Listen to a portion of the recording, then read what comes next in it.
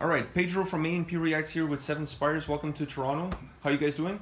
We're Great. awesome, yeah. Thank you for having us. All right, so today is the second stop on the tour for you guys. What are your expectations for the rest of the tour? Oh, man. Well, really, we just expect to meet all the people that we've been hearing from and get to see some great bands and really just have a good first tour experience. We've never toured before to this extent. We've done some of the great one-off festivals and that sort of thing. But really, we are way past due to get on the road and meet all of these wonderful people that we've been hearing from for years. Yeah, who've been supporting us, and we just haven't been able to go and play for them yet. So here we are. Yeah, you guys have a couple of stops in Canada. I know Yes. Toronto, Montreal, and Ottawa, I believe. Yes. What do you guys expect from the Canadian fans at these stops? Oh. I have heard amazing things about Canadian Yes. shows, especially about Montreal, and I've heard also that Toronto has an amazing metal scene. So let's hope. Yeah, I think you guys will be happily surprised Good. with the crowds at the Canadian shows. I cannot speak for all the venues, but I can speak for this one, and it's always good shows here. Awesome. This For was awesome. This venue already was awesome. yeah, I know you guys had some difficulties getting here today with traffic, and it's part of being on the road, I'm assuming. That's Yeah, correct. yeah. So for the rest of the tour, you guys are going to pretty much hit almost all the East Coast, all the way down. Is this something that you guys had in mind for a long time? I know you mentioned that earlier, that it was due for you guys to do a tour like this. So was this hard to put together such an extensive tour? Because you guys are hitting a lot of different cities. Well, so really, this whole thing started because we are all either currently at or have gone to Berklee College of Music, and the band that we're touring with, Hate Storm Annihilation, is another band that is out of Berklee, and so one day Craig, the front man of Hate Storm, and myself said, I know we're completely different bands, but let's get on the road together, and I love the organizational sense of that band. It's very similar to our own, and so we said, let's do something where we can really maximize on, if we're gonna tour, we have to get out there, make it worth it, do the whole as much as possible with whatever money we can scrounge up, and so that's exactly what we did. It was very difficult to get exactly what we wanted from each of these venues, but there's a certain give and take that really makes it all entirely worth it. Mm-hmm. And following this tour, I believe you guys are playing at the RPM Fest. Yes. Yes. How cool and how important is for you guys to play at that festival, considering you guys are from Boston, it's in New England, that whole vibe, like, that must be special. So how does it feel to be playing at that festival? Yeah, it's pretty awesome. Yeah, it's a really big festival. It got canceled last year. We were supposed to play last year. Yeah, we were supposed to play last year, and so I think the hype is like really big for this festival to come back this year, because it's been 2 years since the last one, and it's one of those ones that almost everyone from New England comes out to in the scene. So I think it's going to be a really, really fun time. yeah, it's basically a big local New England metal scene party that, Yeah. there are gonna be friends everywhere and just, tons of people hanging out, drinking, celebrating metal, so Is it hard to stay concentrated on the music when you have so many friends drinking, all of those distractions going on? Friends playing in other bands, perhaps on the same stage as well. yeah, A absolutely. lot of stuff going on. We're Is- very focused on what we want. Yeah, it's not really hard for us because I think all of us put the music first naturally, so we never really have any of those kind of problems. But We'll always go and support our friends. yeah, exactly. And then afterwards, The who bourbon is knows? afterwards. Well, it's kind of like what happens in Vegas stays in Vegas, but this time it's in New England. What happens Yeah. after the set Yeah. stays after the set. Yeah. Yeah. But not before the set. All right, good. You guys also played at the 70,000 Tons of Metal. Yes. Now, I really have to ask you guys this. I've talked to a few bands who've played at that festival on the cruise. This door only has one hinge, so just be careful. Like maybe Yeah. lift up. Lift it, yeah. Oh, okay. Good luck, my friend. Yes. There you go. Oh, What the hell? nice. Nicely Oh, done. you did very nicely. That's Thank better, you so much. Better than I did. 70,000 tons. So I want to ask you guys about this. Any cabin fever, being stuck on the cruise with all those bands, all those people. How is that experience? Well, I wouldn't say cabin fever, but once we got off the boat for the next couple of days, we sort of walked like Jack Sparrow. More so than usual. Yeah, more so than usual, exactly. So, you know. Yeah, you definitely feel the rocking of the boat for a few days after, and it was a little weird because our first set was at 4:30 in the morning, but ended up getting pushed till 5. So our even though a lot of people came out, there's no sense of time unless you go to the top deck. There's no sense of time. Yeah, so you barely slept, and you just never really know what time it is unless you decide to go all the way up to the top floor and look out and see the sun. So after the set, we went and saw the sunrise, and it was total mayhem for all 5 days, but it was fantastic. Total mayhem. Yeah, it gives you a cool shirt. It gives you a chance to not only interact with other bands in such a short surroundings, but also with the fans. Did you guys really enjoy that aspect of it? The interaction, the close quarters. It's not like you can run away. Yeah, I really love that. 70,000 Tons and also Prog Power are really similar in that aspect of the musicians and the fans, I guess, are just stuck in the same place. So you can go to the bar and you're, drinking with, I don't know, Tony Paco from Antarctica. You know what I mean? It's really cool. Just everyone's kind of there. The only thing is, I'm very much an introvert, so there's not really any point. We were sharing a cabin, and we said nobody comes in the cabin. Yeah. Because I need quiet space. We all need kind of a quiet space to go to. Makes sense. Yeah. I want to talk to you guys a little bit about your album.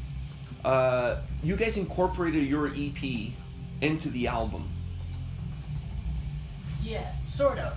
The EP was recorded right when we first started out as a band, completely different lineup, and it was really just something to have so that venues would book us.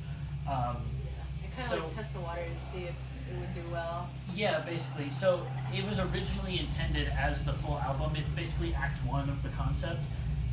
So we don't actually sell the EP or anything because we re-recorded with Nihil on bass and had it remixed and everything. So we consider Solvay to be the first album, and the EP was kind of just, please book us at your show so that we can start doing stuff. It was the tutorial. Yeah, it was an audience building type thing, and just kind of trying to get those first steps.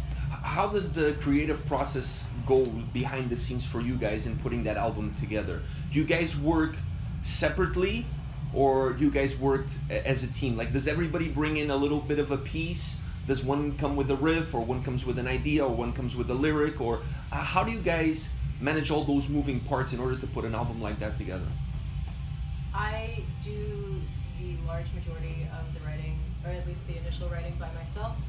I'm a big nerd when it comes to storytelling and recurring musical themes and maybe character development and things like this. So the story kind of comes together in my brain, and then certain scenes will come to life, I guess. And so I'll sit and write piano and vocals maybe, or maybe put together a whole orchestrated demo without guitars and send it to Jack. And then once we collect enough ideas, Jack will fly to Texas and we'll polish the demos and write really basic drum and bass parts, and then we'll send them to these guys because they are masters of their craft, and I am but a humble vocalist who does not know anything. So once they get their real parts in there, that's when the songs really kind of come to life and become like Spires songs. Yeah. And from there, either they sit for a while and we come back to them later to revise, or we start, trying them out live at some smaller shows, or rehearse them a lot. And so there are a lot of different paths it can go, but basically they start with Adrian's initial idea, and then her and I will kind of polish up that last, 30 or 40%, and then we send them to these guys to perfect the drum and bass parts and the groove writing. The really cool thing about writing with these guys, and especially with Jack from the beginning, is that Jack, I discovered, is basically, we're the same person musically, but he plays guitar and I'm a singer and keyboardist. So it's so easy to develop an idea because we know exactly what we want and really don't have to communicate at all. Telepathically. Yeah. Basically, yeah. Right? It's like magic. It's really funny, yeah. Yeah. There's something I wanted to ask you guys, and I wanted to do it as a segue from talking about the album, and that's about covers. We're talking about these days about bands releasing covers, and it seems to be the big hit. I don't know if you guys are aware, but Ghost released today their new album, and they have a cover from Pet Shop Boys. It's a Sin on their album. I love that song. Yeah, and it's a really great cover, but it's just another cover that comes out this year, like Zombie with Bad Wolves and so many others. So my question is, you guys are not strangers to covers. I've seen plenty of videos of you guys on YouTube where you're doing Not of Spires, but as doing okay. like cover songs. So my question is, would you guys consider perhaps as a band on the next project releasing a cover, either of a band like Nightwish, Dimmu Borgir, or even going completely outside and going like Pet Shop Boys, Rolling Stones, something like that? That's kind of a tricky question because so much of what we do is concept based and story based, so we couldn't really like throw in a cover song into the middle of, an album or something. But maybe as a bonus track, or maybe just as a one-off thing Or later maybe, down the line. like for a Halloween set or something. Yeah, there's coming up in New England. There's a tradition that some of the local bands get together and do cover sets on Halloween and dress up as people from other bands. So we're actually going to end up doing a full Camelot cover set this Halloween. That's going to be really fun. Yeah. But as far as on Aspire's recording, it would be something that we'd have to make completely our own. We wouldn't want to just record something that somebody else has recorded. So it would be more likely to be Pet Shop Boys or imagine Phil if we Collins covered or something. Imagine if we covered Nightwish and then everybody on the internet would be like, "This is not Tarja. She's not as good as Floor, and Annette is whatever." Yeah, like how do you do Nightwish better than Nightwish in a symphonic Exactly. metal setting? You'd have to just do it that way. So it would have to be something completely different that we made our own, like a jazz piece or That would be a nice. classical thing. You could do or- Summertime or Yeah. and the living is easy. I really think the idea is there, and I think if somebody could pull it off, I think you guys could really pull it off. And speaking of Camelot, would you guys ever consider creating a song with a duet, perhaps using somebody from a band that you guys are friends with in your area that could come in? Would really love to. It's always hard to find a vocalist though. We had a couple of guest vocalists on our album and EP, just like supporting male growls. I did most of the growling on the album, but I'm lacking with some anatomy, so I don't have the lowest low growl yet. But to have we befriended Tommy from Sabaton on the boat, and he's an amazing singer. So Yeah, we're aware. Yeah. Oh, yeah. Okay. Yeah. So I would love to sing with him. I would love. I mean, of course, Roy Khan would be like the dream. Now that he's kind of doing the thing again, Yes. I was like, ooh, maybe. Yeah, or like have a guest appearance from like Nurgle or Shagrath or somebody. Who knows? It would be really cool. But it's always hard to find the right person. Yes. Last question for you guys. What is in store for the fans from your perspective for the rest of 2018 and even going into 2019? Perhaps a new record, more shows, tours, Europe? What's in store? What can we, the fans, expect? Well, so it's hard to say really right now, but we're a band that has continually surprised our fans with the things that, and ourselves, quite frankly, with the things that seem to appear out of nowhere. So we can't really say what we have specifically going on, but there are plenty of surprises for the rest of the year. We're working on a lot of things. Yeah, Yeah. We are working on the new record. Details to be announced and determined. It's in mixing stages. Yeah, it's being mixed. We're working with the same producer, Sasha Payeth, who does Camelot and Epica and Rhapsody, or Luca Turilla's Raps. Yeah. LT's Rhapsody. Yeah, that one. So it's the music is gonna be good, and then we're at that, since it's such an early stage kind of in the band's development, we anything could come up at any time and we'll be like, yeah, let's do it, announcements, everything, and it's instantaneous, so If just someone keep an asks eye us, out. exactly. Yeah, so on that note, what's the best way for fans to stay in touch with what's going on? Your Facebook page, Yeah. social media? Yeah, social media. We're all over social media: Facebook, Instagram, Twitter, our website. Mostly Facebook and Instagram. Yeah. But yeah, we're trying to do Europe. We're trying to do West Coast. We're trying to put out a new album. But nothing's set in stone yet, and it's hard to announce things officially until they're set in stone. Until they're official. And Yes, exactly. And if you want to see us, let people know. Spread the word. Yes, please. Give people the CDs. Share the music, and eventually we'll hear it and get out there. Yeah, that's why we're here today. Is people from Canada asking us to come play for them, and Yeah. here we are. So that's how it works.